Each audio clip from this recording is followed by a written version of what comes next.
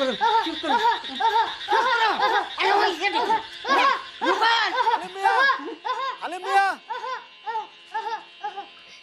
ওখানে হয়েছে নাকি?